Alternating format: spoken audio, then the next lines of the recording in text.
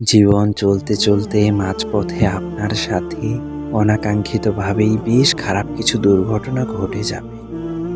আপনার চারদিক ধোঁয়াশা আর অন্ধকারাচ্ছন্ন মনে হবে। জীবনটা চলে গেলেই বোধহয় সব আগুন নিভে যাবে, সব কিছু ঠিক হয়ে যাবে, এমনও চিন্তা মাথায় আসবে। বুকে আকাশ সম কষ্ট নিয়ে আপনি দিন পার করতে থাকবেন।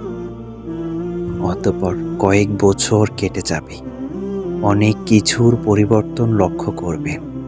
আপনি পেছন ফিরে তাকিয়ে দেখবেন কয়েক বছর পূর্বে ওই যে অসহনীয় যে দুর্ঘটনা ঘটেছিল তা আপনার ভালোর জন্যই ঘটেছিল।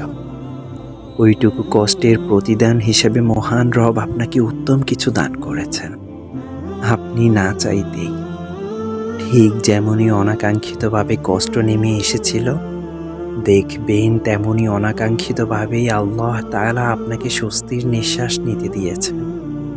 সুতরাং বিপদ আপদ বা দুর্ঘটনায় কিংবা অসুস্থতায় নিরাশ হবেন না, হতাশায় ডুবে যাবেন না। শুধু জেনে রাখবেন, হয়তো এইটি আপনার জীবনে উত্তম কিছু পাওয়ার সূচনা মাত্র। শীঘ্রই আপনার রব আপনাকে এত দিবেন যে আপনি সন্তুষ্ট হয়ে যাবেন।